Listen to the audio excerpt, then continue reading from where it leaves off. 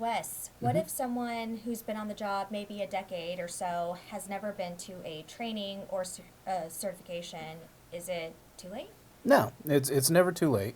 One of the big reasons that I push for certification, even if you've been in the field doing lubrication work for 10, 20, 30 years, twilight of your career, the big difference here is this certification makes sure that you are staying current with best practices. Something I love, Jim Fitch, our founder, he talks about we're in the golden age of reliability, the golden age of lubrication. Best practices are constantly evolving.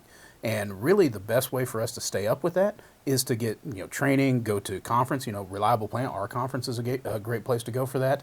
Networking with your peers, subscribe to periodicals. Once again, we have Machinery Lubrication magazine that comes out so that everyone knows what's going on. So staying current, I think, is very important. So it's not a is it too late? It's how are we getting better? How are we advancing? No time like the present. No time like the present.